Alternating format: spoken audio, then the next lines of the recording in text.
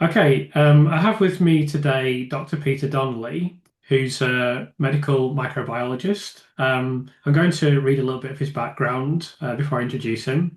So, Dr. Donnelly, began his career in medical microbiology at Gart Naval General Hospital in Glasgow, then moved to the Hammersmith Hospital in London, and then eventually moved on to work in the Netherlands at the Radboud University Medical Centre in Nijmegen, although I'm sure that's incorrectly No, pronounced. Megan. Nijmegen. He's published 256 papers and has written 19 book chapters. He was a founding member of the Antifungal Susceptibility Test Subcommittee of UCAST. He helped set up the Fungal PCR Initiative Working Group of the International Society of Human and Animal Mycology in 2006 and was chair of the Infectious Diseases Group of the European Organization for Research and Treatment of Cancer Infectious Diseases Group. He was also editor-in-chief of the Journal of Antimicrobial Chemotherapy from 2015 to 2025. So you've already heard from Dr. Donnelly once due to my inability to read out loud, but I will introduce him again. Thank you for joining us today. We really appreciate it. And hello. You're welcome. Hello, Chris. So I've already told people quite a bit about your background. So could you just expand on that a little bit and tell me how you became involved in your field initially? Most people will have heard of the term serendipity. Well, my whole career was serendipitous. When I graduated from Glasgow University, I failed to graduate with an honours degree. So I got an unclassified BSc and then spent 10 months being unemployed. Couldn't get a job anywhere because my hands were too good and I was too highly qualified, etc., etc. And by chance, an old tutor of mine put me in contact with the head of microbiology of Gart Naval General. I went for an interview and he decided to take a risk and take me on as a lab technician. And so, you know, I loved microbiology, by the way. I had this ability to stain things and see things by being very careless with the timings. You know, when they said 30 seconds, I said, a bit of this, a bit of that, and a bit of the next thing. So I had green microbiological fingers in that respect. And that's where I got to know the subject thoroughly on microbiology of infectious diseases, actually. Also, to some extent, environmental microbiology, which we'll come on to later, the whole business of Pseudomonas in water, etc. How cross-infection problems as well that exist in every hospital. They might tell you otherwise, but they exist in every hospital. And all about risks to do with the environment as well. So I got involved in testing water, testing drugs. Oh, I just did exactly, I learned as much as I possibly could in the shortest possible time because I really fell in love with the subject. Then when I moved to the Hammersmith, I took on a research job and they asked me to do something which turned out to be a waste of time. And that was to chromatograph feces, looking for pathogens. That was in at that time. Chromatographing feces is not a clever thing to do because you release small chain fatty acids which stink. And so for days afterwards, your lab coat smelled and nobody wants to go near you. You know, you have to almost walk, yeah, very quickly through the wind.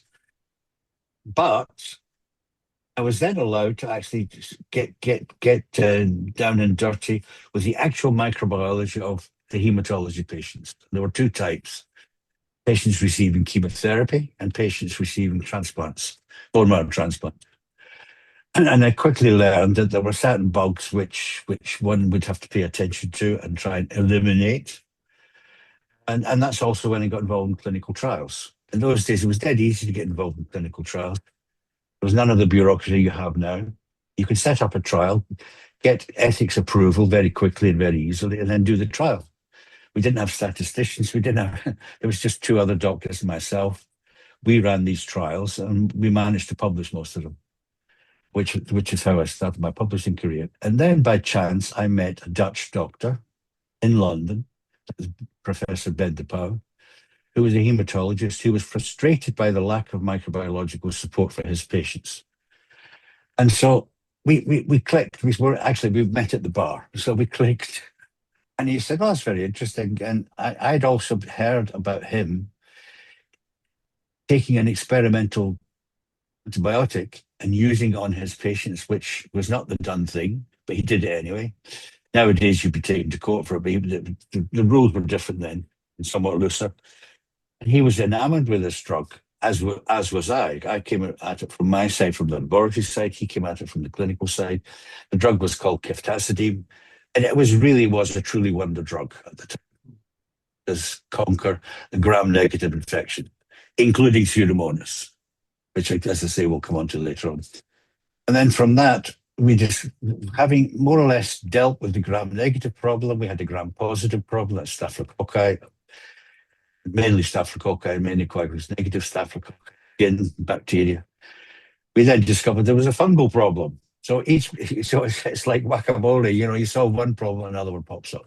So then I got involved in fungi predominantly. So I spent the last part of my career investigating fungal studies, including the molecular diagnosis of aspergillosis. And I also got involved in doing things like auditing. One of the things I had to audit was the use of antimicrobials, which we'll touch on to later on as well, why that's important. And then for the last part of my career, I was invited to apply for, and I got taken on as the editor-in-chief of the Journal Antimicrobial Chemotherapy, which I did with a lot of pleasure, but also being an editor of a journal and being a reviewer, you know how to do peer reviews. And that we'll definitely come on to that later on through this interview. Absolutely. So you did that for 10 years as well, didn't you? Like 11, 10, 11? Yes. And it went very quickly, I can tell you that now. Yeah, absolutely. So I'm sure it will come as no surprise to viewers that we're going to discuss Lucy Letby. However, before that, because you lived in the Netherlands, you actually followed the Lucy Letby case quite closely, who sadly passed away. And you know a fair bit about that. So could we ask you a little bit about that firstly, please? Well, I really only got involved once she had been found guilty. It was all over the newspapers. And there were several things that struck me. And one of them was the level of evidence was appalling. And it was based primarily on screwy statistics.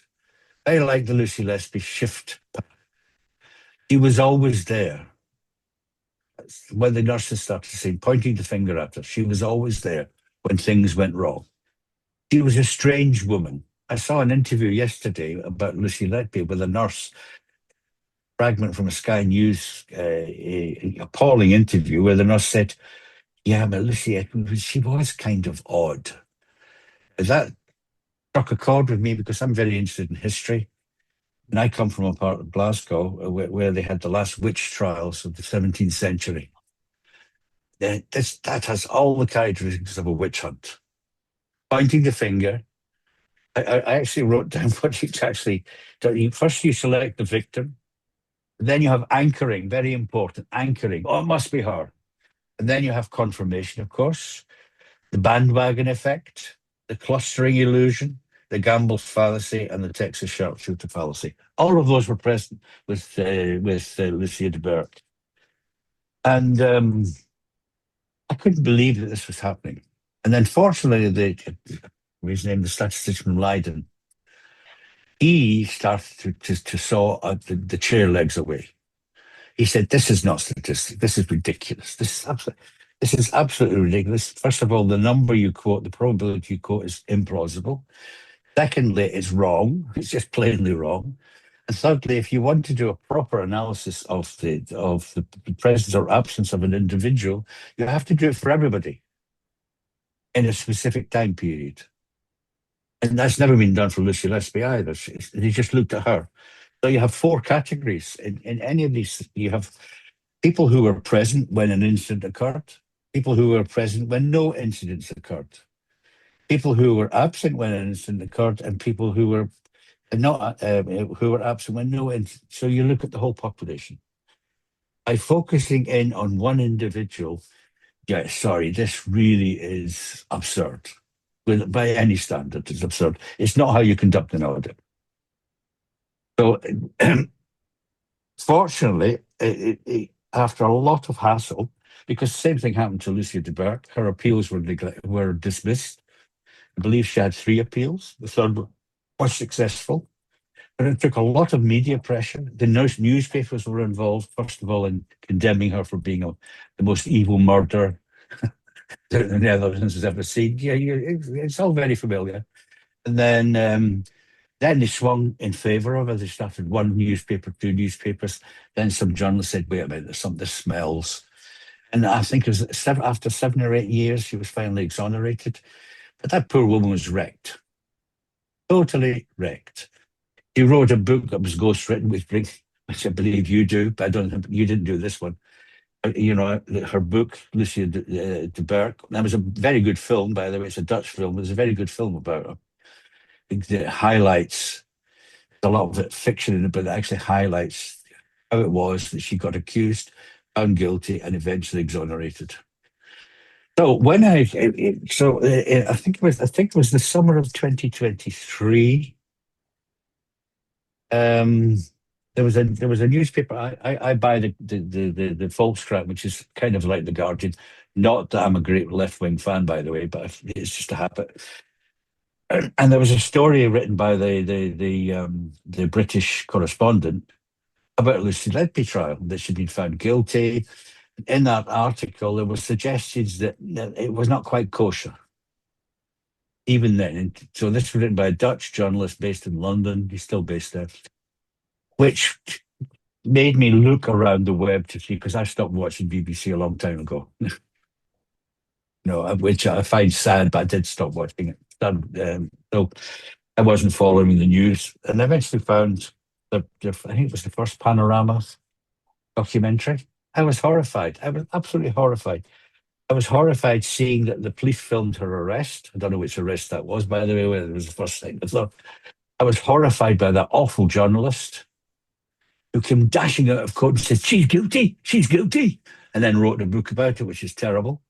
The book is rubbish. So I just got really infuriated. I got infuriated. I felt they did not prove this girl was guilty without beyond reasonable doubt by any standards. I couldn't believe that the test for beyond reasonable doubt has been reduced, lowered. You don't have to be certain anymore. I couldn't believe what the judge said about it.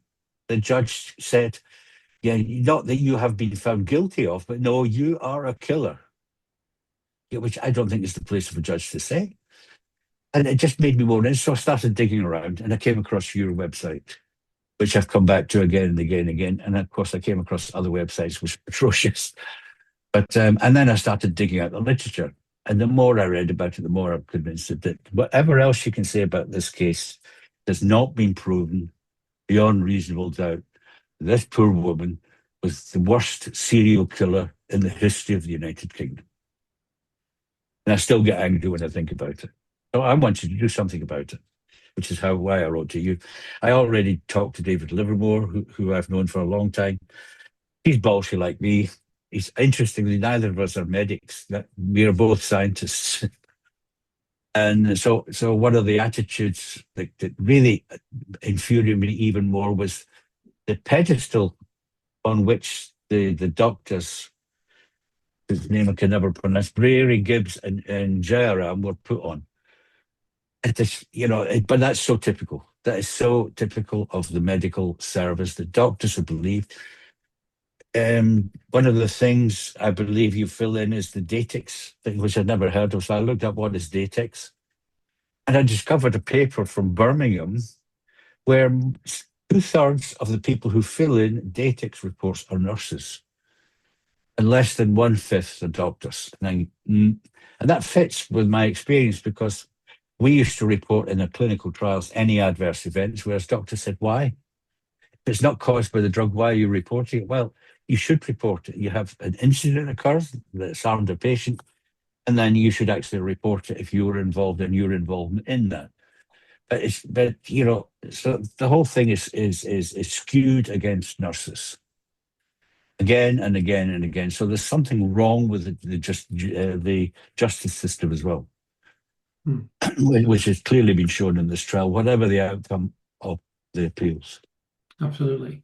So we're going to get into all the microbiology details and various other aspects related to Lucy's case. But when I spoke with you firstly, you mentioned something that many others have said to me and that I agree with, that they're critical of Lucy's union or have questions about the way that she was represented. So could you expand on that, please?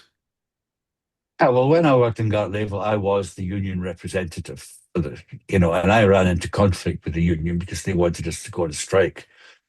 Can't even remember why, and none of us wanted to. So I got called up to the headquarters, and I got told off in no uncertain terms for not being loyal to the union. And I said, but I thought my job was to be loyal to the members, you know.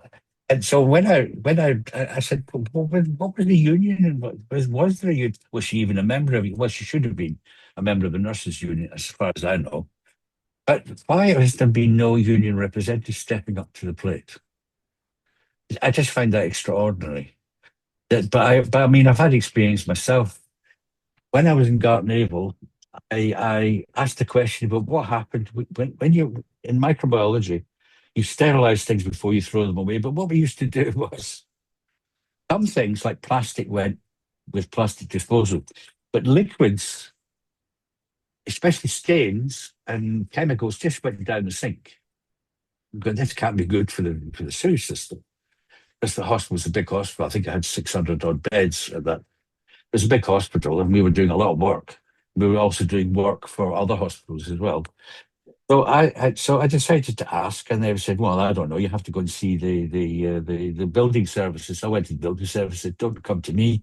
You have to go to the director of the hospital. So I went to the director of the hospital, and I said to him, what happens to this and all the rest of it. He just more or less said, "None of your business. Go away and shut up." Yeah, because what was happening was it was all going into the sewage system, which is actually ridiculous. So I've had experience of how you are treated when you stick your head above the parapet, it gets shot at. Not always from the front, sometimes from the side and from the back. So that's why people don't do it. But the union should have done it, in my view. Mm. You should have had support from the union. It looks as if that poor girl was actually a woman she is now, was actually, treated like a leper. And, whatever the outcome, whether she ever recovers, no idea. And just while we're on the subject of her, and one of the most appalling things I found was how dare people judge her demeanour. Mm. How dare they do that? They have no idea what that does to someone. I mean, for example, if I'm in deep trouble, I go quiet. I literally withdraw into myself. I wouldn't give someone the satisfaction of knowing how I felt, to be quite honest with you.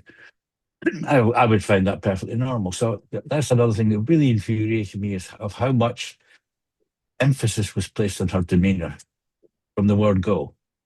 It's just dreadful. Mm. Anyway, and that brings me back to the witch hunt business. Yeah, absolutely. I completely agree. I think it's ludicrous. Obviously, you mentioned the book by Morris and Coffey. I mean, Judith Morris is one of the worst offenders for Mhm. judging Lucy by demeanour. I think it's embarrassing, really. Anyway, let's move on to discuss the microbiology. So when I spoke with you previously, you cited what you described as the complete absence of basic microbiology in the court case. So could you expand on that, please? Well, yes. I mean, this brings me into the whole business of the discovery. When I discovered that apparently there was sewage sloshing around the place, sewage in the sinks, I thought to myself, wait a minute.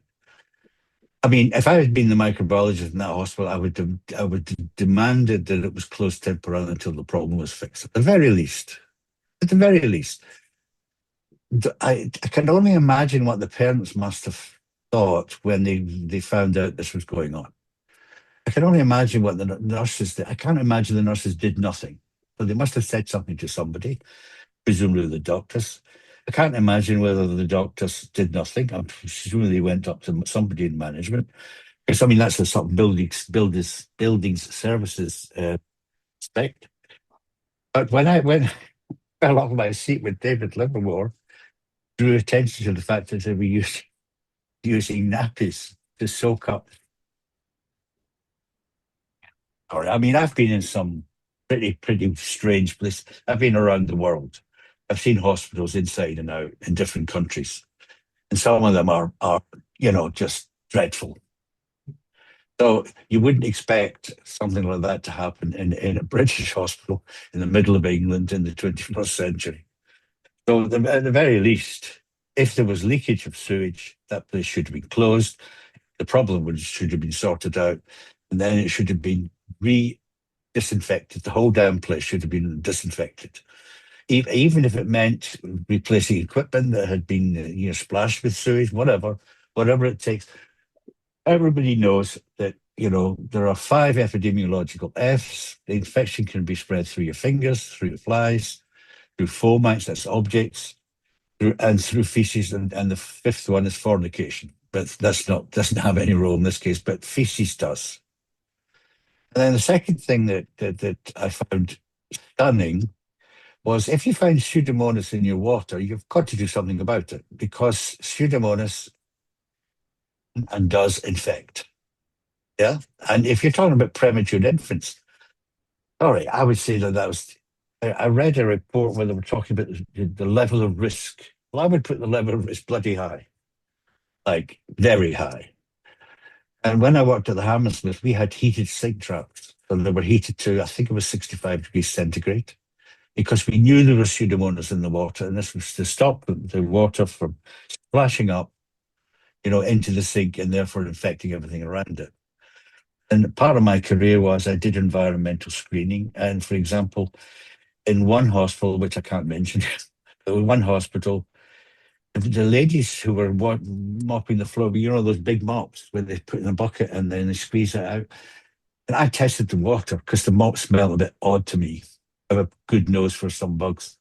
And it was full of Pseudomonas. So that woman, unbeknownst to herself, while she was mopping the floor and singing, was just spreading Pseudomonas everywhere. Hmm. And Pseudomonas is a lovely organism, beautiful to look at, and a very clever organism because it can live off almost nothing. It can even live off disinfectants as well. So you've got to get rid of it, and if you can't get rid of it, you've got to suppress it. And one way they could have done that would be to put filters on the taps. But they cost about 60 quid a go. And you can keep them on for 2 to 4 weeks, depending on the make. So that's an expense. And the other thing you can do is make sure, for example, I was surprised that they still had sinks and water in a neonatal intensive care unit, because we know that that's how cross-infection occurs through water. All these bugs Stenotrophomonas is also carried through water. So fungi are also carried through water. So there were lots of reasons why alarm bells would have rung if I was the microbiologist.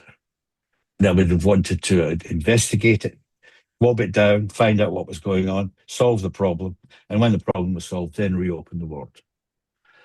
And then the other thing I wanted to know was how many, from the film you showed me, how many cots were there actually at the time? And according to, I think it's a Thurber report, so on average, up until 2015, they had 13 cots. But somehow or other, in 2015, it went up to 14, and then it went to 17, 18, and 19. Wait a minute, they're short-staffed. The consultants only appear twice a week, which is a disgrace, by the way. I mean, that just, by any standard, that's a disgrace.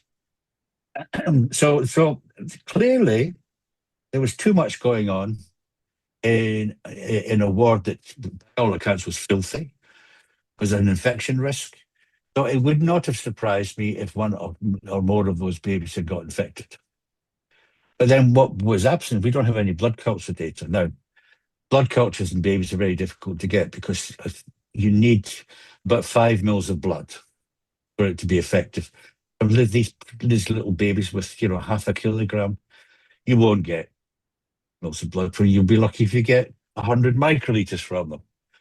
So they probably weren't done for that reason.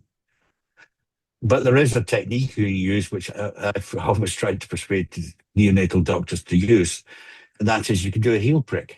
You can get blood direct from a heel prick, put it on a petri dish, put it on a slide, but certainly put it on a petri dish. And you're not interested in skin organisms, you're interested in specific gram-negative organisms which will show themselves very clearly and very easy to spot. And that's what I would have suggested they did if they were that concerned. Oh, yeah, from the microbiology, it was the fact that it wasn't even mentioned, and this reinforces my feeling, my view that there was confirmation bias all the way down the line. They were focused on one thing, blinkered, they were oriented in one thing, and everything else they just set aside because it wasn't relevant. Wasn't relevant. That's the way they saw it. And I fear that the court system just encourages that. Yeah. And what it was our end first, because what should have happened was they should have had a formal review, not with the doctors involved. Sorry, they're witnesses, they're actors. No, they should have had an independent review, preferably from people outside who are experts in the field. Three people would have been enough to look independently at each of those cases to see whether there was a case to answer. And if all three agreed, then perhaps. But that should have been done way before considering approaching any police force, far less Cheshire police force. But that should have been done before anybody even thought about a criminal investigation. Proper medical, what we used to call a postmortem. Hmm. And that wasn't done. Absolutely. So this is almost a banal question, really, because clearly you don't want sewage in any form of No. building where there's going to be people. But how serious is it within a neonatal unit? Well, if it's raw sewage, it's going to be full of gut bacteria. Now, David Livermore touched on this. He said, well, the anaerobes, most of the 50% of any normal feces is bacteria. Yeah. And I know that because I used to filter it in order to get the bugs out. Yeah. So 50% is actually bacteria. So for every milliliter of feces, you have probably got 10 to the power 9, 10 bacteria. And they're all, and normal people have probably hundreds of different bacterial species in their feces. Most of them never do us any harm. The vast majority will never do us any harm. But there are some, and that is every one of us carries Escherichia coli. And the commonest cause of gram-negative bacterial infection in people as in babies is Escherichia coli. So that's a risk. That's absolute risk. If there's Pseudomonas also in the water system, it may well be in the sewage system as well, because once it's there, it forms a biofilm. The biofilm coats, yes, and sticks. They're very good at that. Bacteria are very good at that. They stick, boom, and then they shed bacteria continually, and they can survive in disinfectant. The only thing they won't survive is very hot, very hot conditions. In a normal water supply system, they can survive for ages. And they will survive round the tap as well because they like oxygen. They prefer oxygen. They don't need oxygen. They can survive off nitrates, but they prefer oxygen. So around the tap, they will proliferate and they will survive. So I would want to examine at least one of the taps to see whether the taps were in fact contaminated. Stenotrophomonas is a bit more, a bit less frequent, but it's a similar organism. Forms biofilms, it sticks on things, can survive in microcolonies and start shedding off as well. I answered your question, by the way. Oh, absolutely. And it doesn't really need an expert to say it's No, not a good thing to have sewage in a neonatal unit, but it's just good to get the details, really. I mean, I think it's extraordinary that it wasn't closed down. I can't see how, you mentioned David Livermore's thing of nappies on the ceiling. I mean, at that point, someone's got to take responsibility, haven't they? I mean, and you can't, nobody did, and nobody did. yeah. Nobody did. And that's why I'm saying is, one of the things you would want to know is, was there a formal complaint put in? Hmm. Were management aware of this? Did management take any action? I have no idea. We Doesn't don't look know. like it. We don't know for sure. I mean, I've spoken to people, and they've told me, there are systems in place in a hospital because I sort of initially surmised that maybe the executives don't know. Maybe the pediatric team are keeping it to themselves rather than, dropping themselves in it, or I don't know. That's just But there were parents going in there. I yeah. Well, cannot imagine all the parents were so cowed that they didn't mention this. I really can't imagine. I mean, well, I'm a bit mouthy, so I would definitely say something that I've done many times.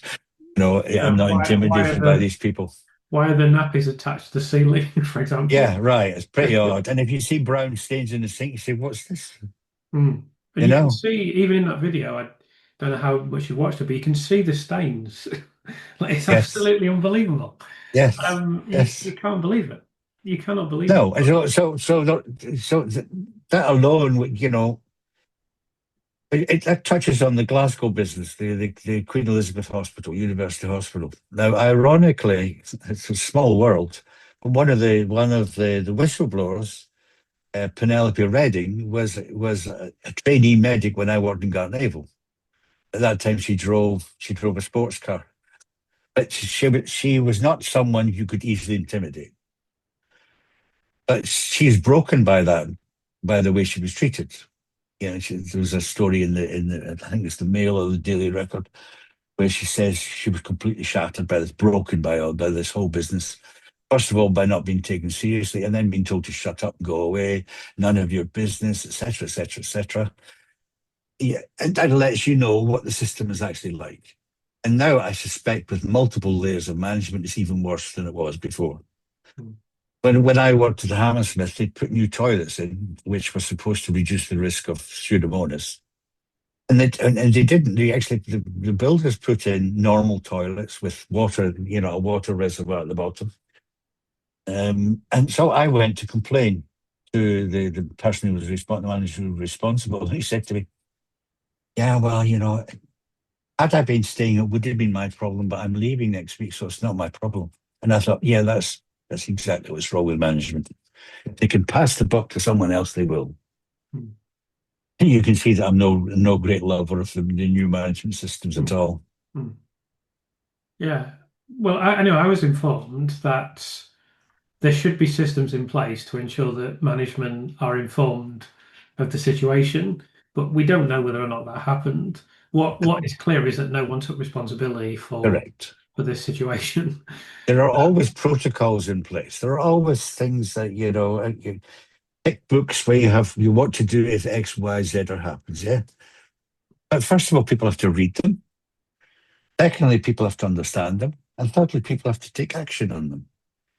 Now, I'm sorry, but bureaucracies are not renowned for taking action if they can possibly avoid it. Hmm. Yeah. So they'll point to a book and say, yeah, we have it. Oh, yes, we have all the regulations in place. I mean, there are lots of examples of that in the Netherlands as well, which are very, very similar to what you see with the Countess of Chester Hospital and their attitude. I mean, the most recent review of that hospital is actually, it's not exactly glowing. It came down bottom of the list again. I can't remember what for, but it came down bottom of the list again, which was reported in the Guardian. They do not seem to learn their lessons. Hmm. And are these doctors? I gather that Gibbs is retired, but Riri and Jairam still working there.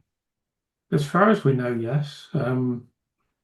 They seem to be, but obviously the hospital's not very forthcoming with No, information at the moment. But as far no. as we know, they are still working. Yeah. Well, I'm sorry. I won't go down that road, but I know what my attitude would be. Yeah, Unless they've absolutely. shown a level of commitment which is expected of them, then they would say bye bye. Well, I'm sure the story's not over for them yet.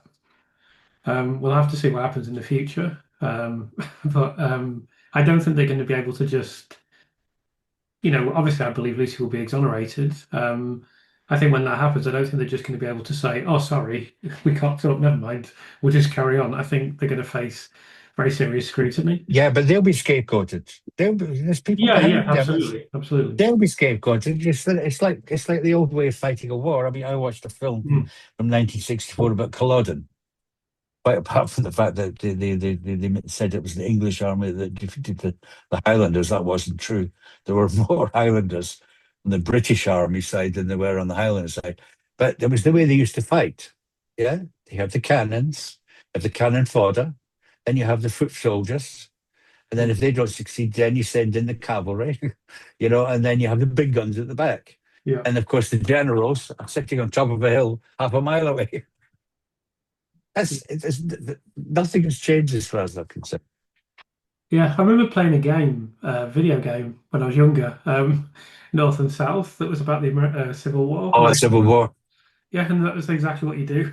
You Terrible. have the infantry, the cavalry, and the cannons, and Yeah, yeah. yeah, First World War was the same. yeah, So anyway, I'm afraid that mentality is still there. yeah, absolutely. So we know that Pseudomonas is very dangerous for neonates, for vulnerable groups. Could you tell us a little bit more about that, please? Well, Pseudomonas is quite resistant. It's not, for example, you can't treat it with ampicillin. You can't go to get treated with penicillin. You have to have what you call broad spectrum antibiotics to treat Pseudomonas. The other characteristic is it becomes resistant very quickly, very easily.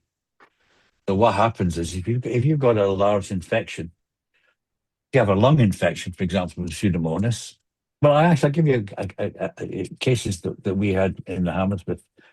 These were people who were given chemotherapy, so they lost their white cells, predictable, and they had mouth damage and gut damage, and they would get infected. And when we looked at those that had Pseudomonas, what happened was when they became colonized with Pseudomonas was the most likely cause of the infection.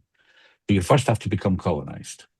Usually you get colonized in the gut, but I gather that at least one baby had colonization of Stenotrophomonas in the endotracheal tube. That's if Pseudomonas is around, that'll do the same. It'll do the same. It's very difficult to keep endotracheal tubes free of bacteria. But you have to try and you have to replace them and all that sort of stuff.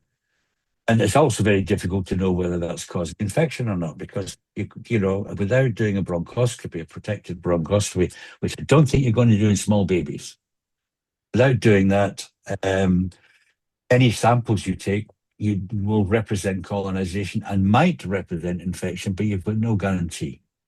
So without that blood culture, for example, you've got no guarantee. So it's difficult to prove infection, which is why in the Glasgow business, one of the statements made by the management was there are levels of risk and all that sort of stuff. Yeah, that's very handy. My attitude has always been that in a hospital, the air should be clean and the water should be clean and the environment should be clean. And we had big fights here about HEPA filters because most transplant centres use HEPA filters to provide clean air.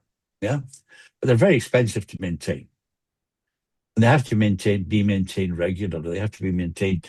You have filters before, which have to be changed regularly, every couple of months, and then you have the main HEPA filters, which have to be changed once or twice a year, depending on the equipment. Very expensive. You have to close the ward when you're doing it. You have to, you have to get rid of all your patients and not allow patients to be admitted until that process has been completed. The main filters. And so people don't like to do it because it costs a lot of money.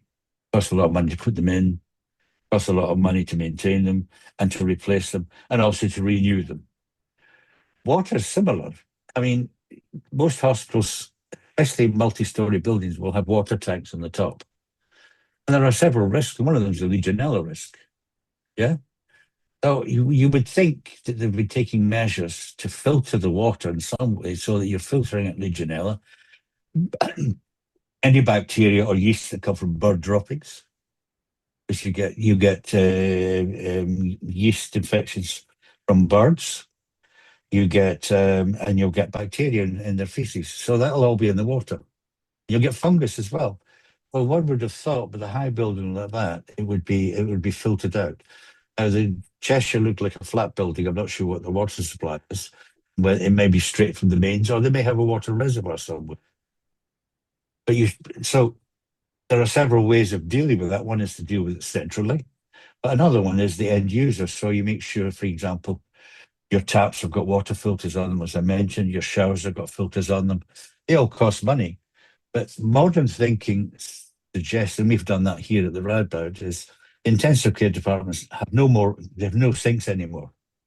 They're water free for the reason that the safest way of ensuring your patients don't get infected. Yeah. And the other thing about the neonatal unit there was, it seems to me, they had three rooms where you have four and 4 or 5 kids in the same room, pretty pretty close together. So if one baby gets infected, it's quite easy for the other one to be infected, and you're relying on the nurses and the doctors continually washing their hands and disinfecting their hands, where necessary, wearing aprons, and gloves. So whenever you're finished, you get rid of them, and you disinfect your hands, and then you move on to the next baby. So there are a lot of risks Hmm. in that unit, just from the information that I already have, without actually going in and checking it. Yeah. And the other thing I used to do was I'd go in and check. Modern hospitals have vinyl floors, and so if you run your finger along the edge, and they had used these polishing machines. I don't know what they did for cleaning at the counters of Chester Hospital, but they spray fluid with a rotating brush, and it ends up against the wall. And if you run your fingers along it, it's always full of skin scales and debris. And that should be cleaned regularly. And if it's not, that's also a potential source of infection. Filters in your ceiling is a potential source as well. So that should be known and checked. And there should have been regular checks on that. And there should be records of those checks. And, either nobody asked or nobody wanted to know, or they don't exist. I don't know. Because these are higher risk individuals. Absolutely.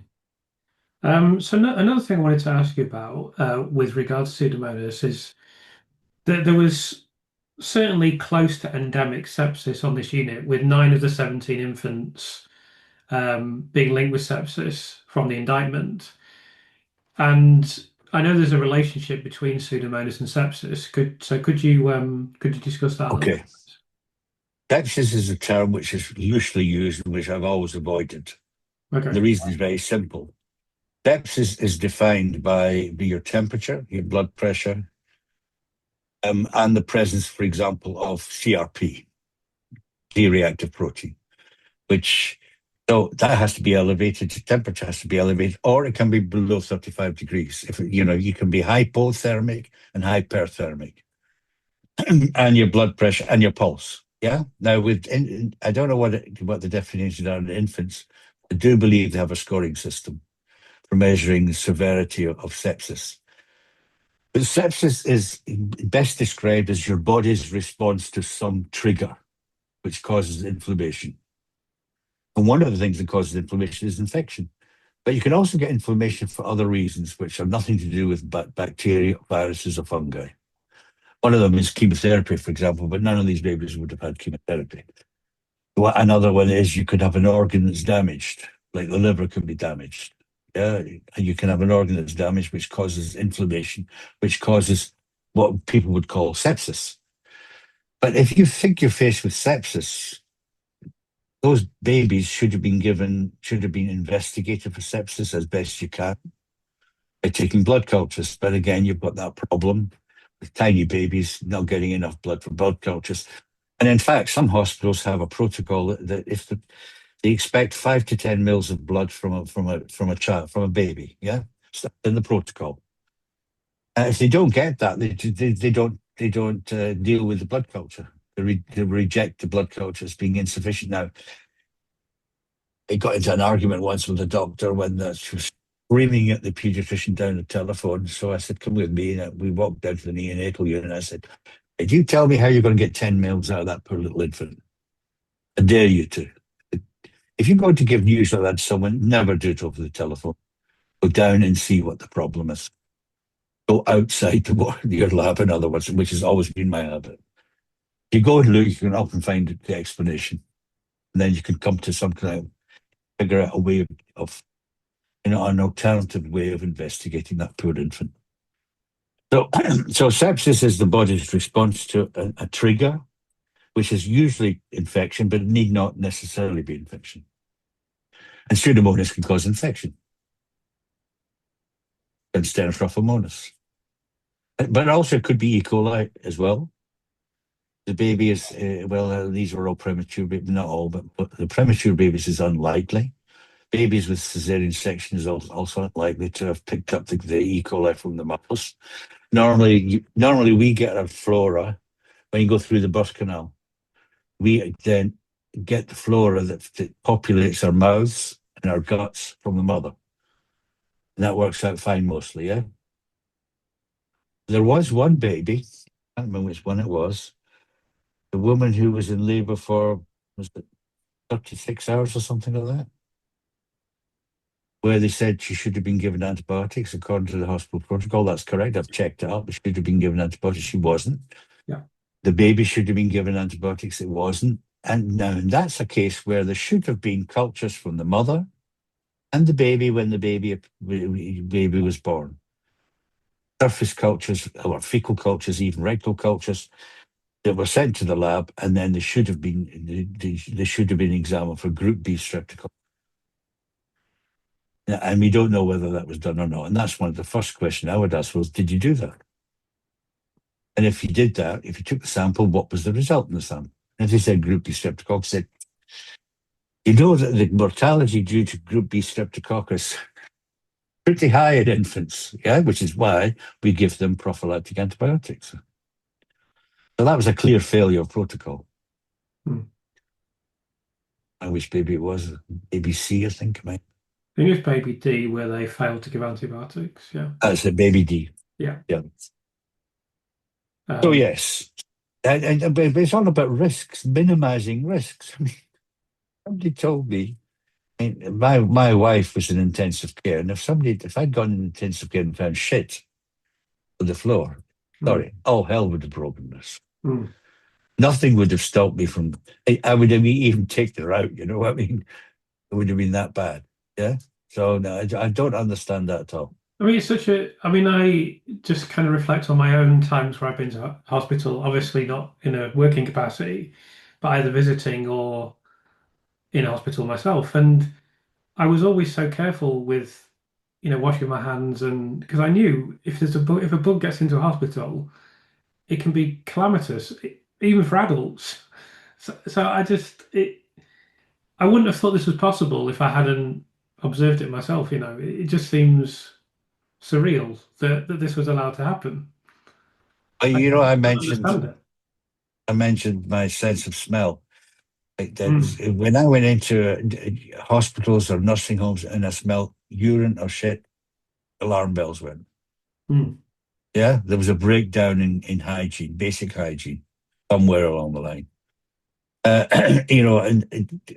I'm curious to know what that unit smells like, but I think if there's been sewage leakage through the roof, I think you might have smelt it as well, you know?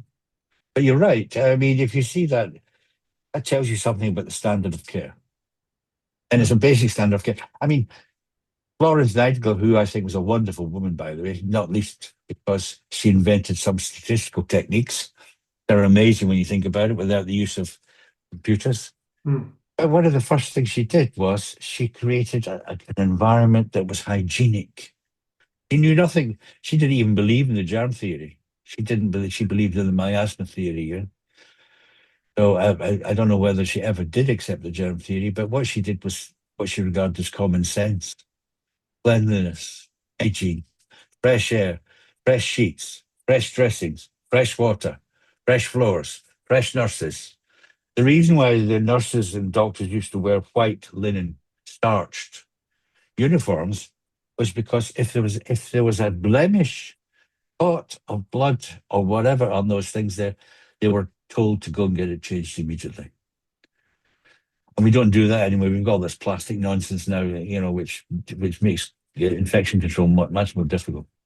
But that alone cut the number of infections in a war zone, notably, virtually nil, you know? So you would think these people would understand that. Well, I'd also like to know what the disinfecting patterns were of the doctors that wandered in and out the ward. Because I've seen it myself. People they don't. There are studies done where you look at the compliance with hand disinfection, and you see the nurses is almost 100%. Junior doctors is 50%. The higher up the hierarchy go, the less compliance. And I remember one surgeon saying, felt offended if a bacteria dared to infect one of his patients. I don't know, it's a brilliant attitude, mate. Yeah, yeah, absolutely. So I want to ask you now about. We're going to go on to discuss other aspects of the Council of Chester, but I wanted to ask you, seeing as we've been discussing the water supply and so forth, about this recent news story about a deadly outbreak of infection in a hospital water supply. So I'm just going to share my screen so that people can see this in case they haven't seen it. So this is Health Board admits fatal infections probably Oh, caused that's Glasgow. by Is water. that not Glasgow? Yeah, this was in Scotland, in Glasgow, in Queen Elizabeth University Hospital. Right. So this seemed very relevant to the Lucy Letby case in that it's admitted that this caused very serious problems and indeed death among less, Uh, 10-year-olds no, here. they didn't say that. They Right. said, in all likelihood, there was a probable link between the water Right. supply and infection Right. because it's very difficult to prove. Very difficult to prove that a bug that's in your water caused the infection in an individual. Very difficult to prove that Okay. unless you type it molecularly, Right. which you can do. So you get the bug and you look at its DNA and its RNA, you type the whole thing, and then you look at the bug from the patient. And if they match, then you can say that this bug, in all certainty, caused that infection. But they didn't do that here. Hmm. The whole case stinks because I mean I first became aware of it in 2015 when the hospital opened.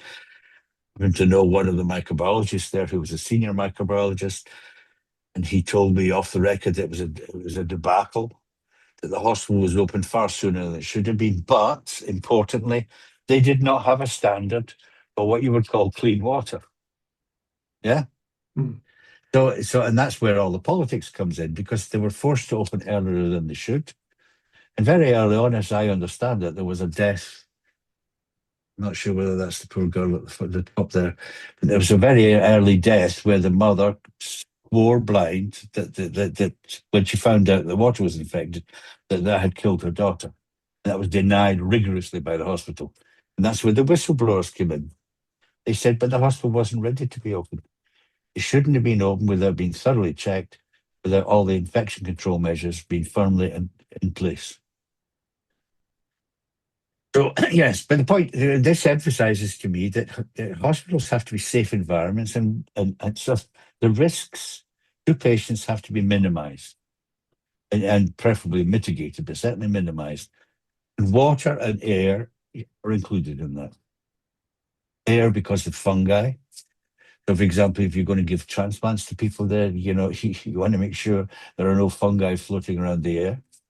That's why most of these centers use HEPA filtration. You can't prove the HEPA filtration is always beneficial. Very difficult to do a cost benefit analysis of it, but it kind of makes common sense. Make sure you've got no fungi in the air that can cause infections. And the same goes for water. Yeah, absolutely. So, of course, this is of relevance to Lucy's case. Absolutely. Yeah.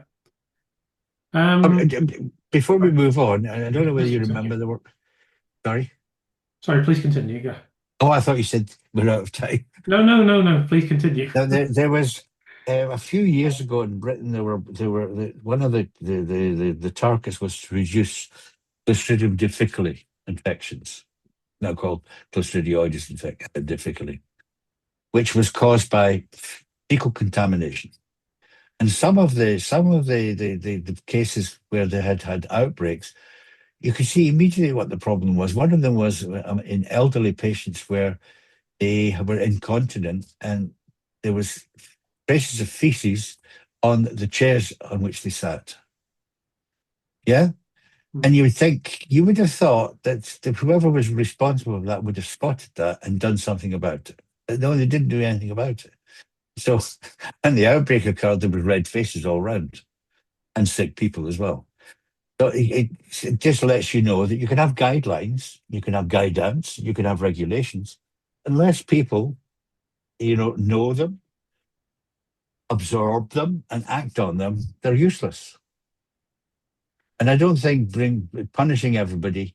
I mean, there's usually an atmosphere of apathy in those sort of places where people, for whatever reason, they're overworked, they're tired, for whatever reason, they're not willing to step out of line. They want to keep quiet, just to get through the day and then get home at the end of the day. But those incidences are not only about dangerous, infection risks, but they say something about the attitude, the personnel attitude in the ward. And I suspect the Countess of Chester Hospital, that was also playing. Yeah. The people just wanted to keep the head down and get through the day and leave, go home at night. Yeah. Yeah. And there was a phrase which Lucy Letby was accused of saying. It was to do with the fact that she said something. She made a comment about when the second, I think it was baby B, one of the twins died. She was shocked. She made a comment. That comment could be taken in multiple different ways, but it was taken in the worst possible light. A lot of the things which the accused her of saying, which proved her guilt, they were looked at in the worst possible light. There were other plausible explanations for why someone would say that. Yeah, I can't remember the phrase it was, but it did strike me that this was yet again evidence of saying, "Oh, the guilty then."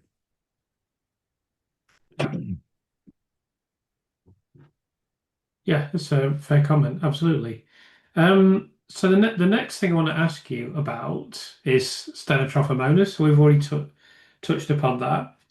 So it's mentioned as being detected in surveillance cultures from the endotracheal tube Yes, of child eyes. So could you just tell us a bit more about this bacterium? beautiful. From a bacterial point of view, it's beautiful bacterium. Again, it's multiply resistant. Again, it is motile, so it has a nice little flagella at the back, propel it through water, and it forms biofilms. If it gets into and endotracheal tubes are made of plastic. So bugs stick to plastic. I mean, bugs have been here well before us, long before we ever appeared, there were bugs. And for a bug to survive anywhere, there's two types of growth. There's planktonic growth, where they live as individuals. And there's biofilm growth, where they form colonies, they form clusters. And the interesting thing about colonies is on the inside, the bugs are dormant. Yeah. So you have an outer coating, and the very outer coating, you have free swimming bugs that swim away so that they can spread.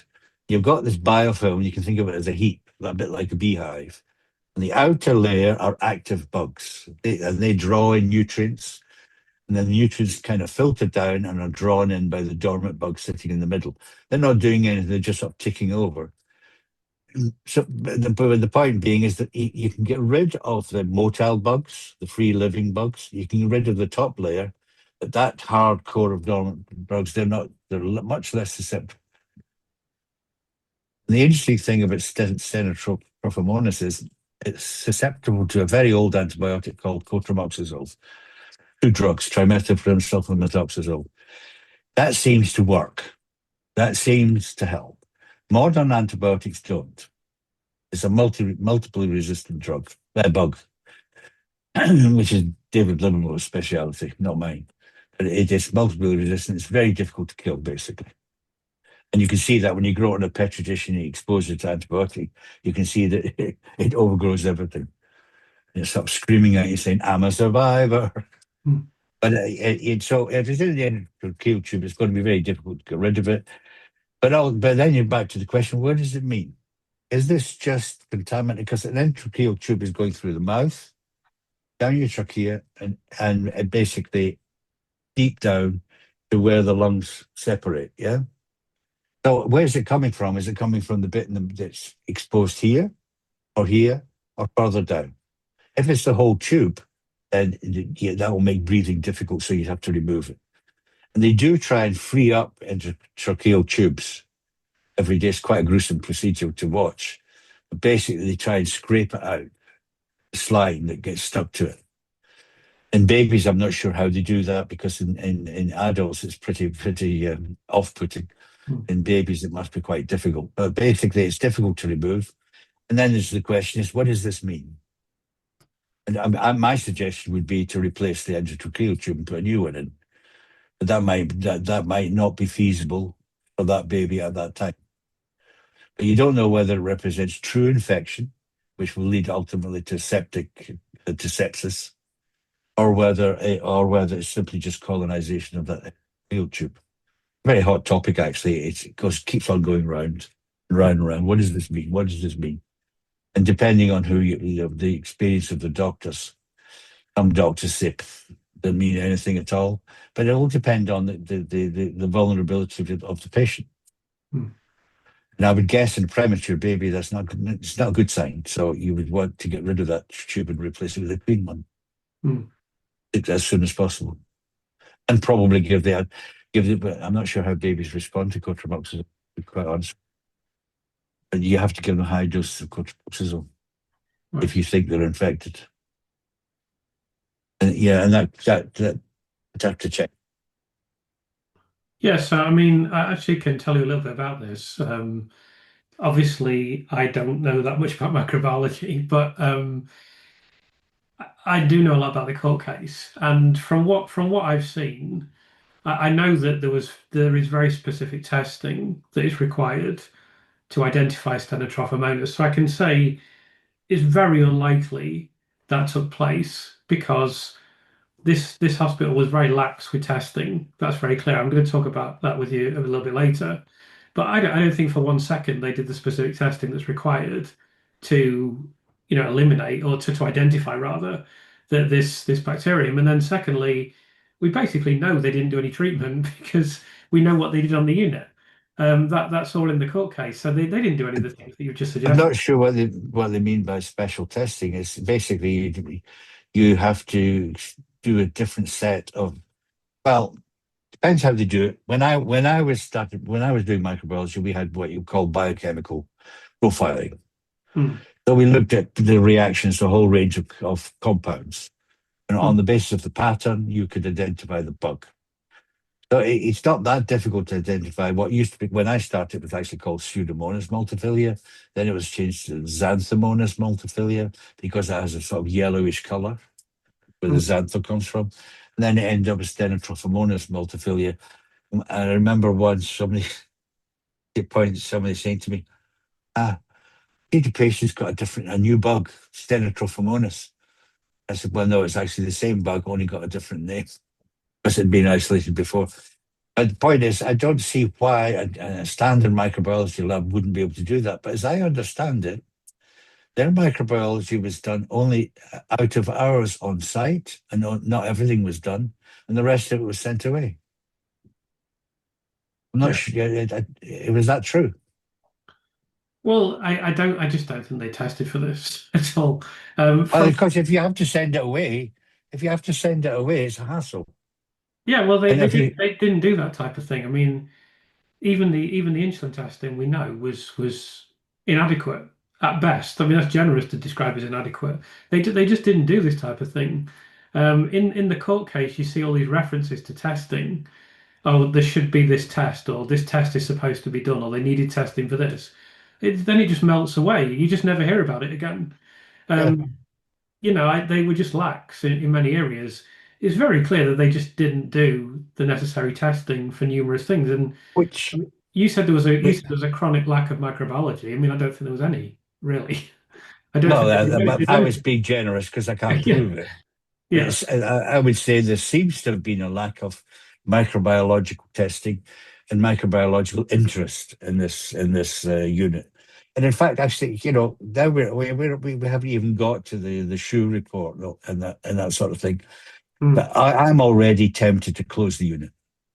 yeah, I'm already tempted to say this hospital is not fit for purpose.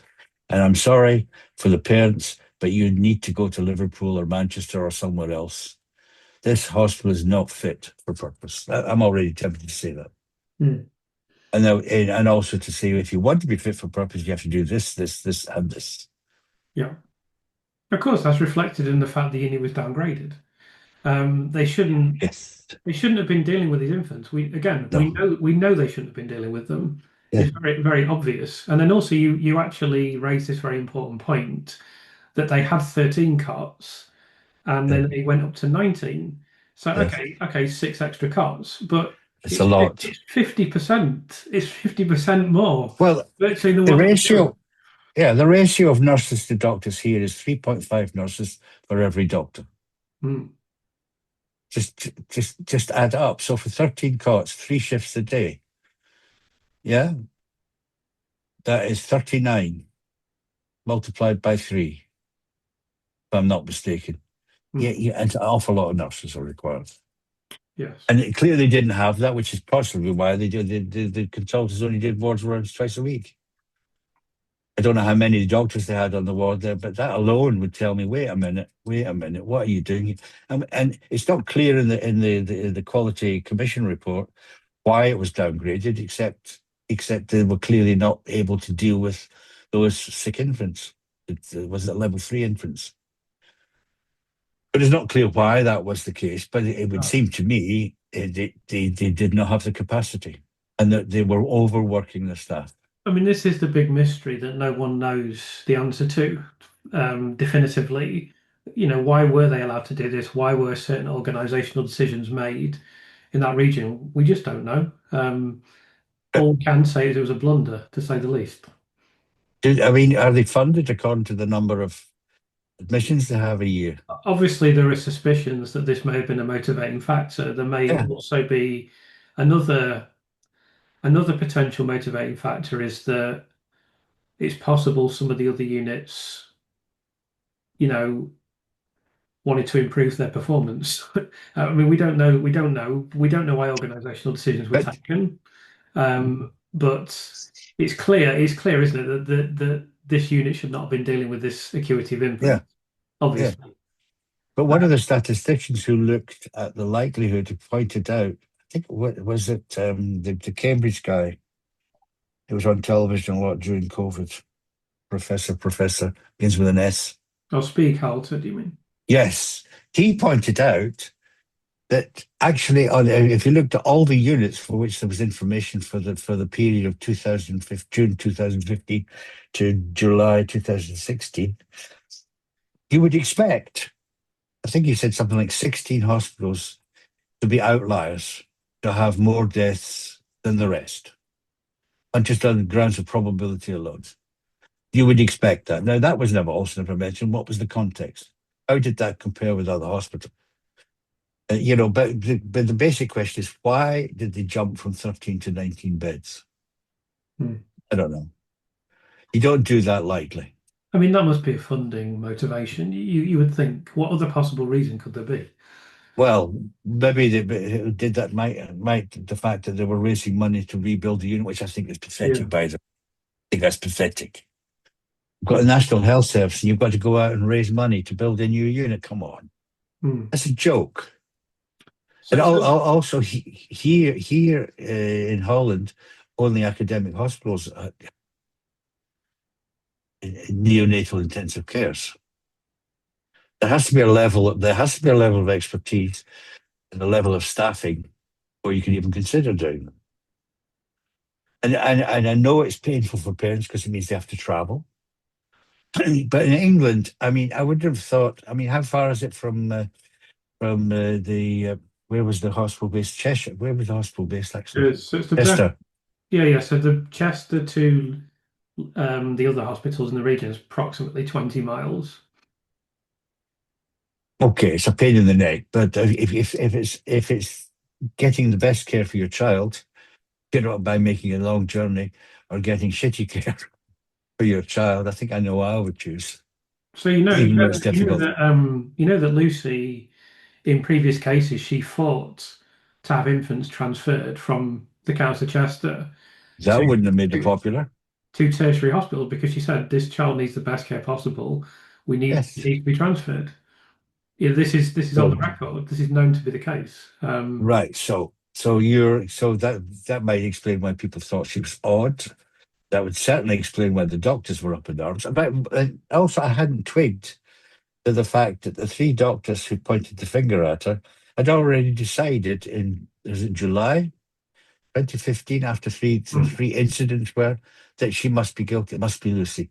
And then there's that horribly sarcastic comment made by Stephen Bray. Oh, not nice, Lucy. Hmm. Yeah, yeah. I think not the sort of character that I would really like to work with. So, and I've worked with characters like that. And it's probably untrue from what we can tell. He probably never even said it. But So why do you keep banging on about it then? he's trying to make himself look good in the media, isn't he? I don't think there's any truth to that story whatsoever from what I've seen. Okay. Um, I just think he made that up, basically. And this But, guy Ravi is also a very odd character. hmm, I don't believe a word he says, by the way. I mean, if you watch him, his body language is very suspect. The way he never looks at it. hmm, Anyway, when I tell you a little story here, a little anecdote. When I was a boy of, I think probably 9, hmm, I was at a school which was at the top of a hill, and I was friendly with this boy who had a bike. So he decided to allow me to sit on the crossbars of the bike, yeah, which was dumb. And we went downhill, and he lost control of the bike, and then suddenly we were on the ground, yeah. And my ankle was killing me, and his arm was killing him, and the bike was spinning around like that. And what I'd actually done was my foot had gone in to the front wheel and the spokes, so the bike had gone head over heels, yeah. So he broke his arm.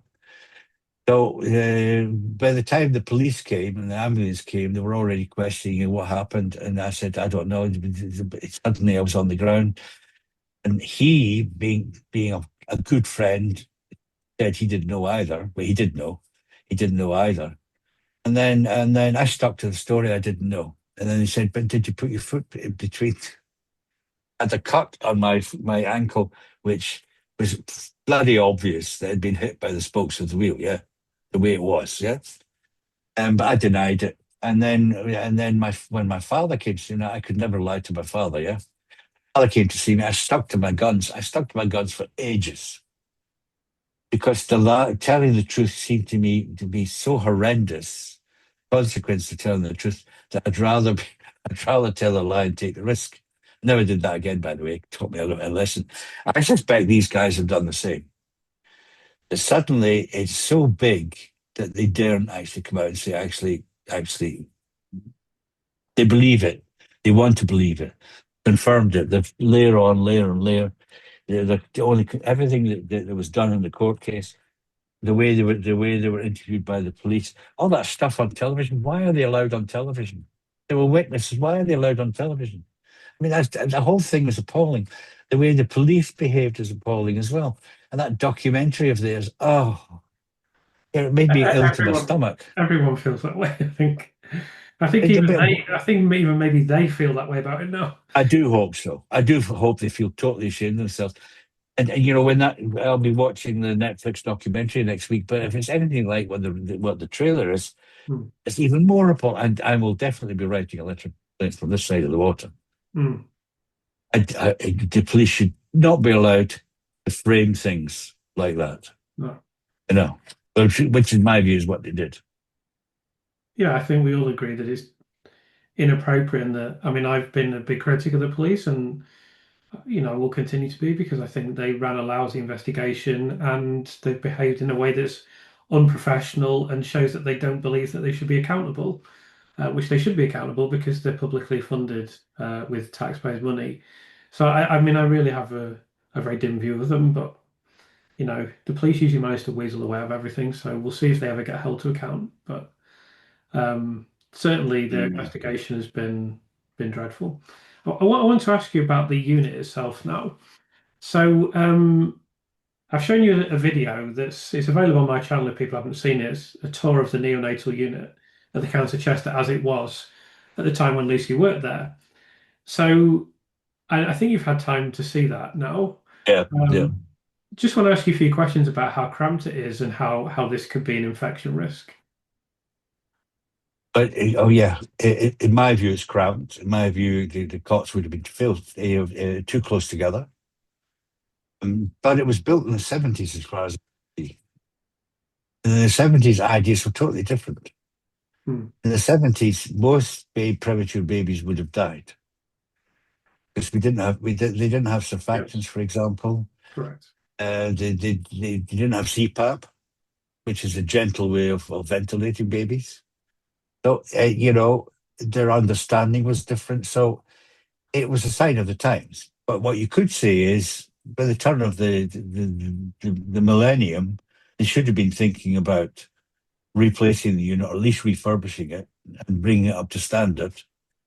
And they certainly shouldn't have been forced to rely on donations Mm. to build a new unit. Sorry. Mm. That's, yeah, somebody there's not taking this seriously, which is why I would say, if that's the case, if you have to go out and raise whatever it was, 9 million quid to build a new unit, you've got to ask yourself the question, why are we doing this? You Yeah, know, yeah. why are we doing this? And Countess of Chester was one of the titles of Princess Diana, wasn't it? Isn't she the Countess of Chester? I'm not really sure, to be honest, but I'll yeah, look it up because yeah. I think it was her. I Okay, think that might be playing a role, right. because I believe that was one of her titles, Countess of Chester. Okay, He was the Count of Chester.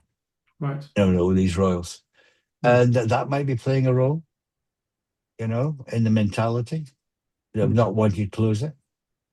Yeah, and but also might be playing a role as wanting to keep it open so it could be a fully fledged hospital because I had a maternity unit. Because if you close the Mm. neonatal unit, then you can also legitimately ask the question: well, should we have a maternity unit here as well? Mm. Now the other thing is different. I believe in England now, almost everybody, at least with the first labour, has to do that in hospital. Is that correct? I mean, I Didn't used to be the case couldn't really say. because What, that what, will also play a role. mm. Mm. The capacity, how What I can say is that they have I mean, it's not as if it wasn't known that the unit was inadequate because it's obviously been closed. And I know the last time I spoke to Michelle, she said it hasn't been demolished yet, but it's due to be demolished soon. So I can't remember when she said it was going to be demolished, but sorry, it may who's have been Michelle? demolished. Who's Sorry. Michelle? Oh, Michelle Warden, who was the advanced neonatal nurse practitioner on the unit at one time.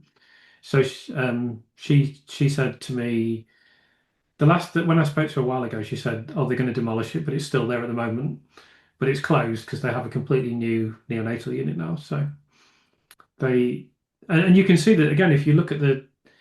I haven't seen such a thorough tour of the new unit, but it looks much more like you would expect a neonatal unit to be, much more modern, spacious, cleaner, obviously. Does it still have sinks? Does it still have Yeah, sinks?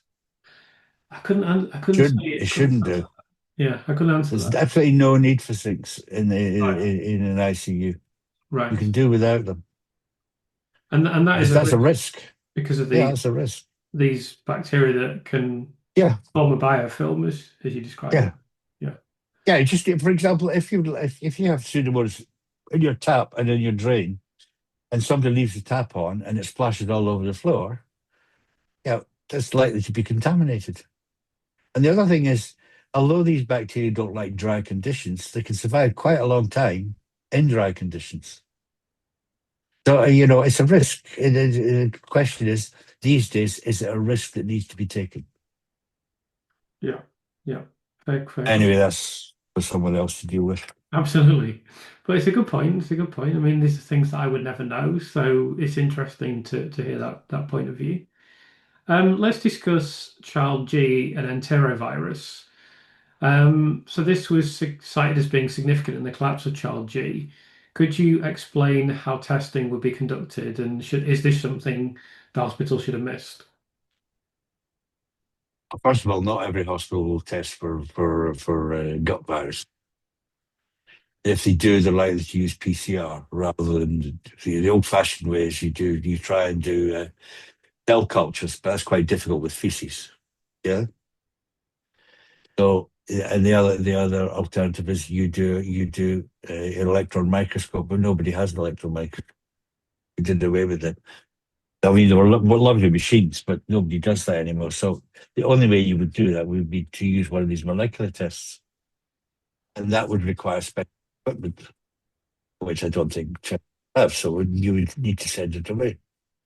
And if it's going to take 4 to 7 days to get the result back, what use is that to you? You know, that's always been an argument. If I can't have the result, by the next ward round, what use is it? It's not going to alter my management. That's always been an argument, especially in pediatrics. They say if I have to wait more than 8 hours for an answer to the question I'm asking, I'm just going to go ahead and treat this empirically on a best guess basis. Not unreasonable. I learned that very quickly when I went to work in the hospice. I took it as a challenge to me to provide the quickest possible answer to the question the hematologists were asking. And I'm afraid not every microbiologist thinks that way. Sitting in the lab going, our specimens just come rolling in. Mm. So I would think that would have to have been sent away, and it would certainly take 2 to 4 days. And if it was a weekend, well, it would wait till Monday. There are all kinds of reasons why that would never have been tested. Mm. So that would have been a guess by somebody, Mm. enterovirus. Mm. Unless, of course, they had an outbreak, but we don't know that. Yeah, well, I don't think they tested for. I don't think they tested for really anything. So No, I think that was always got what you would call an educated guess. yeah, Just like just like the necrotizing enterocolitis well, was an it's educated been guess. it's been cited in the expert report from the panel. I Yeah. don't. The hospital never picked up on it at all. So that's why I was interested. Um, so let's talk about Dr. Evans now. So everyone that's observed this case and taken interest in Lucy Letby has encountered Dr. Dewi Evans in some capacity. So there's this new document related to the police investigation Operation Hummingbird, which includes leaked information. We know Yeah, that we know I that tried to find it. Have you yeah, got yeah, that I'll send you document? it. I'll Thank send you. you it. I'm also going to do a video soon going over the police investigation. So some that will be on the channel soon, very, very soon. But I'll send you the document as well. Um, but it's made clear in this document that Dr. Evans refused to examine the Royal College report and then dismissed the assistance of other experts, including infectious disease specialists, and just manages to convince the police, despite the fact the police have been recommended by the National Crime Agency to involve several experts, he manages to convince them to let him do it on his own. Um, what do you think about this? Unbelievable. The way I mean, when it comes to public scientific publications, there is your the quality of your publication or your business as being a producer of papers is measured by the H index. In his case, he has no papers, and the H stands for hubris. Yeah. That man has how he ever got to be the so-called expert is entirely beyond me. In the first place, he shouldn't. If he volunteered himself to the police as he claimed he did, they should have actually referred them to whoever it is that assigns experts. In the second place, he doesn't understand what peer review is. He's the sort of doctor I would have avoided like the plague. I mean, I met some of these guys. They thought that they had the truth, the whole truth and nothing but the truth. You should go away and don't pollute their idea of life. Yeah. And Paul is, and he's just digging a hole for himself, which I hope actually he digs deep enough because, the things he said were ridiculous. They were theories, they were hypotheses. It seems to me that he's one of those doctors whose facts are based on the opinions that he holds dear. That is a phrase used, by the way, in medicine. Mm. He's another one. These are the opinions upon which I base my fact. I believe Groucho Marx was the first one to say that, and he's a clear example of that. Mm. And again, it's all part of this blindfold tunnel vision. They made the tunnel smaller and smaller and smaller, and he helped in that. And you know, I mean, I don't understand why the defence did so poorly. But for example, there were odd things happening. Why did the police dismiss the statistician that they had asked to look at the stats? Why did they do that? I mean, that's ridiculous. And that touches on the fact that the CPS, Crown Prosecution Service, is no longer pursuing the other potential cases which he fingered. Yeah? That there was something dodgy there about the fact that they didn't allow statistical evidence which was run contrary to the narrative that was being promulgated by the police. And Evans is instrumental in that, and he's got such a high opinion of himself. I mean, I can't stand the man. Sorry, I have a natural aversion to him. Me too. And also his attitude. Like I said, the hubris factor is enormous. Absolutely. So I don't think I need to say anything more about him. No, Otherwise, I get into the ground inflammatory. no, I mean, Oh, it's a very good summing up. How can Evans possibly rule out infection in so many instances in the court case when there is such obvious evidence of infection? but he doesn't accept this evidence of infection. If he was looking for evidence of infection, there's a problem with every medical case. Everybody thinks there's a positive answer, a negative answer, but there's always a third. The third is test not done. So if he was taking CRP, the measure of infection, which is what pediatricians do these days, and they didn't when I started, but they do now. He was looking for an elevated CRP as being an indicator of infection, and it was never mentioned in the notes. Yeah, He didn't ask the question, was it tested at all? He didn't ask that question. He just assumed it was negative. So there was no infection. Next one. Next case. That's the way he looked at things, in my view. And that's why he should have had somebody looking over his shoulder. They should have had 3 people. Minimum of 3 people. And also, why was he the expert? Because he's not an expert. He's not an expert in this field at all. This is a complicated field. And then the other things, I go back to what I said at the very beginning. Why on earth was there not an independent case review, which I would have said was normal practice, should be normal practice if it isn't, at the very beginning, where they had 3 experts in the field independently reviewing every single case, not just the ones that he fingered, every single incident, yeah, to do what a coroner would normally have done, but not all the kids' deaths were investigated by a coroner, as I am. But I did read somewhere there's going to be a coroner's inquest. Is that correct? Yeah, yes, coming soon. Yeah. Well, Beginning. that will be very interesting. Yeah. I mean, we wonder how thorough the process will be. We just don't know. We're just gonna have to wait and see what happens. It should be interesting because obviously the coroner, if they did the full process, would clearly disagree with all of Dr. Evans' conclusions. So whether that would be allowed to happen politically, I don't know. But the We're just gonna have coroner, to wait and see. yeah, in England, the coroner can come up with three judgments. If I'm correct, yeah, death by misadventure, natural death, or death by misdemeanor. Is that correct? Yeah, that sounds correct. Yeah. Yeah. So they have to find convincing evidence. They can't do it. If you fail to find the natural cause, and if you fail to find death by misadventure, you cannot automatically assume there was death by misdemeanor. Hmm. The only thing you can conclude is there is cause of death unknown. Yeah. The only honest answer. And I don't know whether the coroners do that.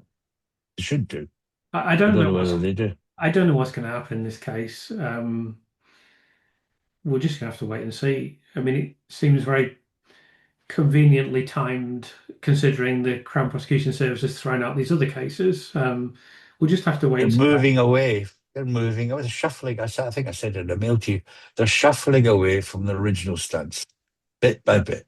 Hopefully. And they definitely, or they're moving themselves into a position where they can call a truce, to use the military term. Hmm. They're preparing the ground for it, in my view, Mm. and which must be being orchestrated by somebody. I have no idea whether they can orchestrate this or not. Um, but what's his name? Wes Streeting. Mm. Well, enough said about him, but Yeah. whether someone like him can orchestrate this, I have no idea. Mm.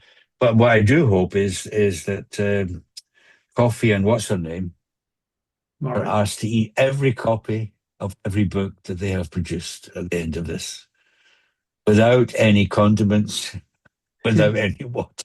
Yeah. Yeah. Yeah. I don't whether they'll show any contrition. I don't know, but No, that's too strong a word. we'll see.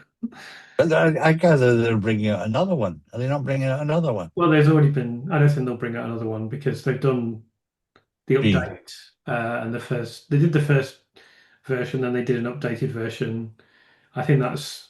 I think they've already stretched their ability to its limits. So, Well, I, they I, did add two extra chapters to their book on Kindle. yeah, yeah, they added a bit. Yeah, yeah.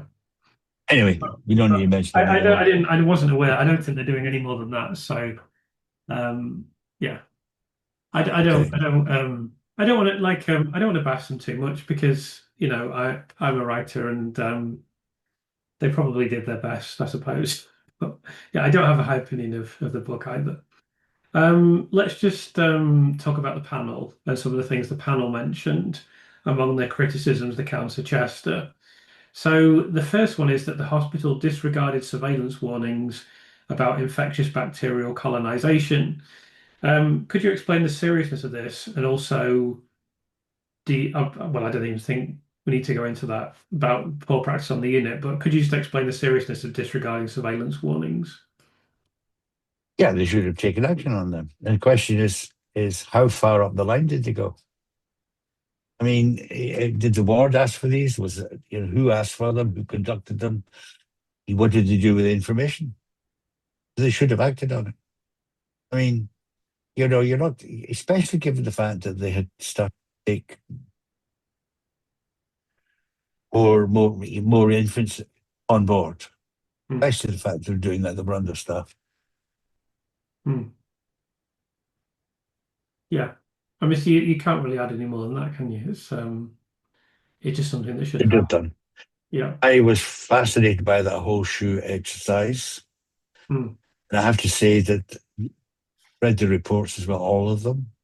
I listened to it very carefully twice. And I have to say that if what they say is actually matches truth, what actually happened, and I share his end conclusion totally. And Hmm. that is this unit should be closed. Yeah.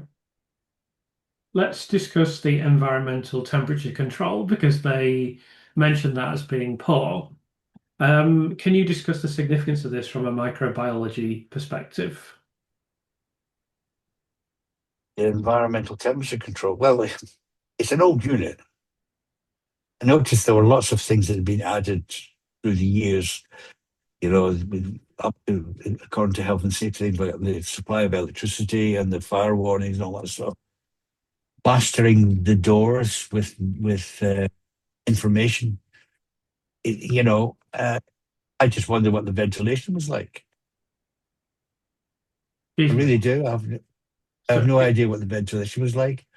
And the temperature, well, was it too cold? Was it too hot? I have no idea.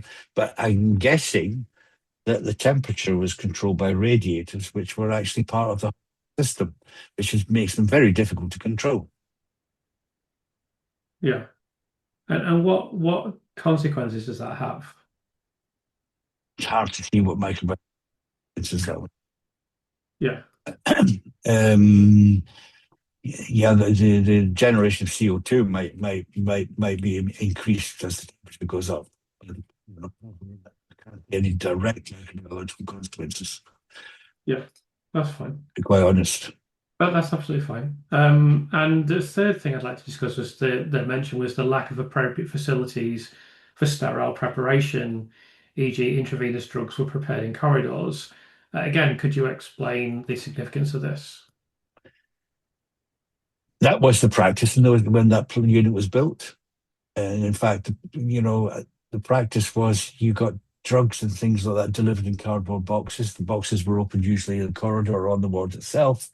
You took the stuff out and put it away. Now, from a fungal perspective, those cardboard boxes were full of fungal spores.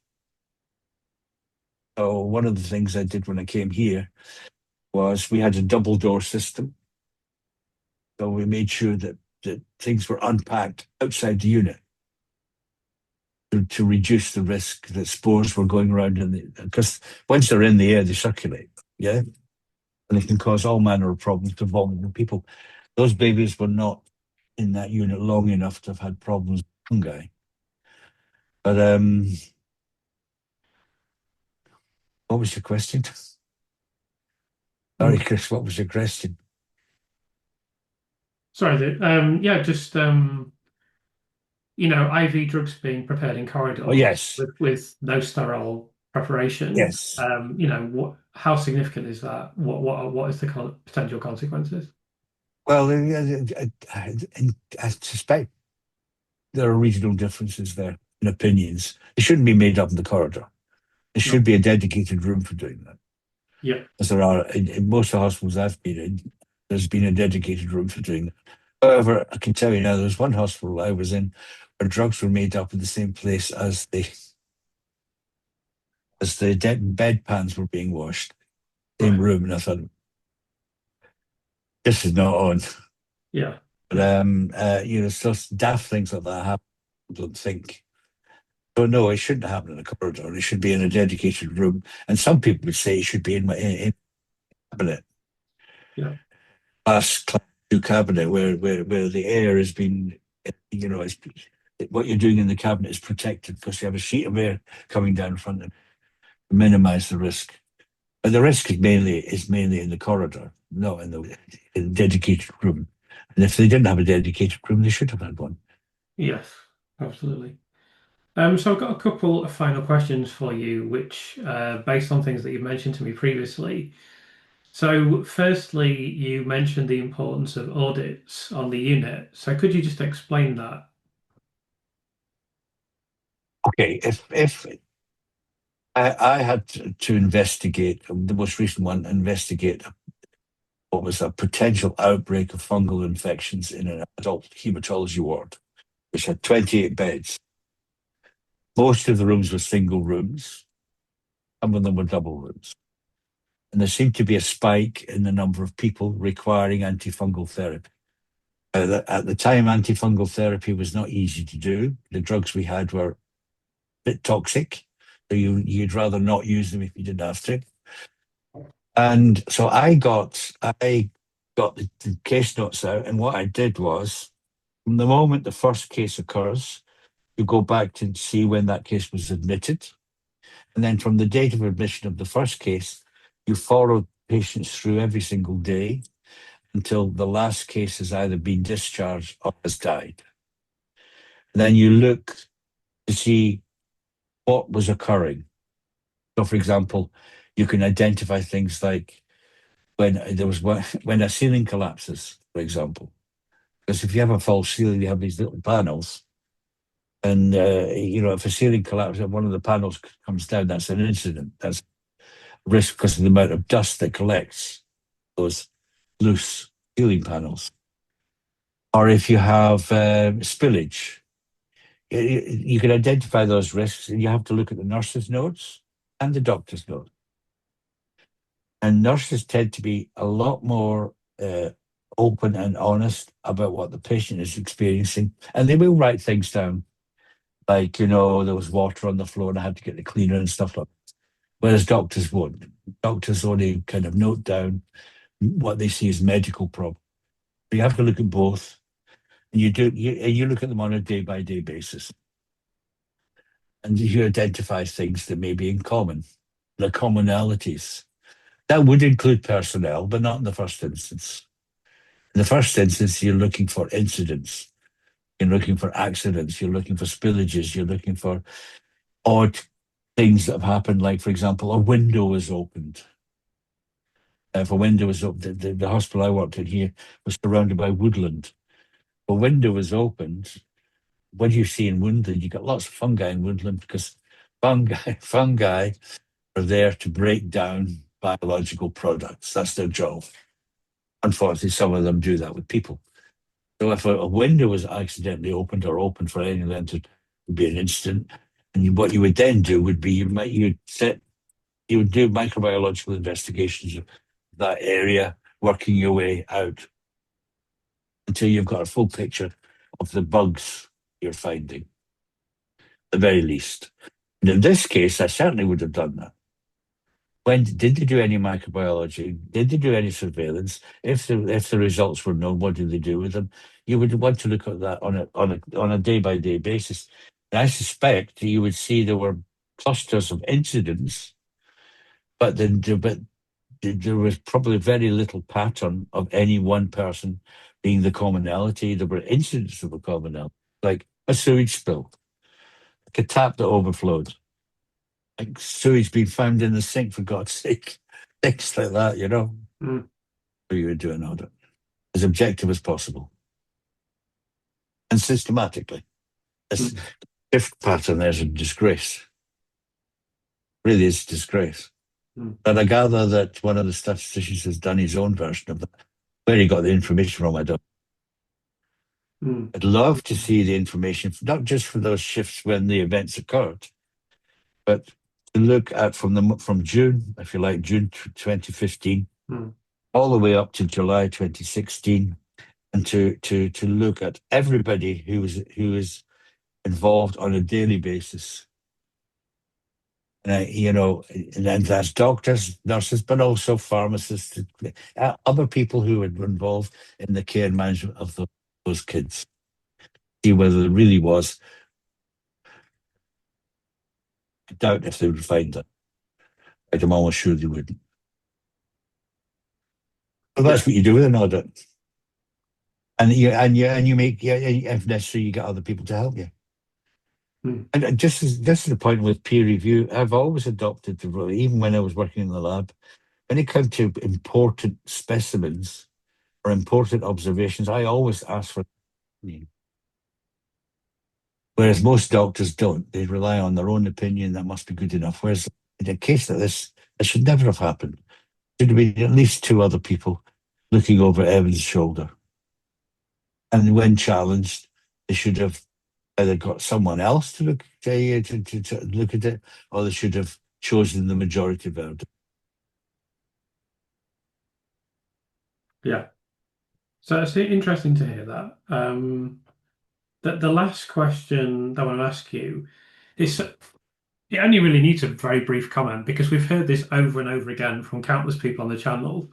But you made this comment to me that you used the expression that if there is a bun fight in a hospital, the doctors usually win, which is wrong because the nurses do most of the work. So, yeah, I mean, it doesn't really need a great deal of elaboration, but could you just say a few words on that as well? Well, I mean, my first experience of this is when I worked in the lab. If there was a problem, the lab technician who was doing the work always got the blame. Must be you. Whereas, in fact, often it wasn't. Often it was higher up. And people covered their backsides, you know. And there's the white coat phenomenon, the white coat tyranny, which is, if you look at any medical history, look at Florence Nightingale, classic example. The medics won the day until her statistics persuaded or some of the powers that be, and particularly the journalists from the Times, she was right. And that's what influenced the politicians. Before that, the doctors offered their opinion, and they were the facts upon, that people, they were the opinions of which people based the facts. So the white coat has too much power in that sense. That's why I like the whole idea of the so-called crew management system, where everybody on the team has an equal right to criticism, an equal right to appraisal, an equal right to speak out, especially if you think something. Our intensive care people here have introduced that, so that even the most lowly nurse, even has a say, especially if he or she thinks there's something going wrong. Junior doctors have an equal say as well. And the whole job of the consultant, who's the leader, the captain of the ship, if you like, is they commit themselves to listening and taking criticism seriously. And that has to be the case in neonatal units as well, in my view. Hmm. Fair comment. So I guess the very, very last thing I would like to ask you is just to reflect on your kind of feelings about the Lucy Letby case and where you think it stands at this point in time. I am not convinced that her guilt has been proven beyond reasonable doubt. So in my view, she's still innocent. Whether after, I hope she gets an appeal. I hope the appeal actually allows a retrial. I know that will be painful for everybody. I understand that. I get that. I mean, you know, every one of us has had sufferings of various kinds, territory with life. To lose a child is a terrible thing. I don't think the parents will be best served if we don't have a retrial. The truth needs to be out there. My only doubts are whether the court system itself is fit for the purpose of identifying the truth in such a complex series of cases as we're facing, Lucy's facing. It's too adversarial. Needs to be changed. I mean, I gather there was a report some 10 years ago which suggested what should happen in these cases. But the first, there should be an expert panel of experts like whose team who ask the question, is there a case to be answered? And if there is a case to be answered, then you involve the police. And not just any police. There should be a special outfit of police for the country who actually deal with these things. They should know their medicine, should have at least a familiarity with medical cases, which none of the Cheshire team clearly had.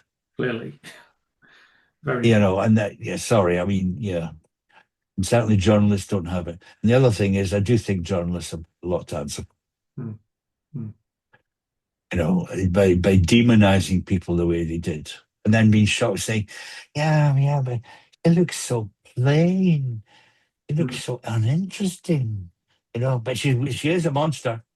That sort of nonsense. That's horrible. And the press have always done that. hmm. They're incorrigible, which is why I seldom read them. Yeah, yeah, I agree. That seems like a great note to finish on. So, thank you so much for your time and for joining us today and sharing your You're expertise. welcome. Very much appreciated. And I'll definitely keep in touch and maybe we'll speak to you again in the future. Right. Thanks. And thanks for all your work, Chris. No problem. And you're going to be a busy boy for the next few weeks, I'm guessing. Oh, I think the next few months, possibly the next few years. But I can rest when I'm dead. It's fine. It's not a problem. Yeah, yeah. So thanks again for your time. I really appreciate it. Oh, you're welcome. Thank you. Right. Just now.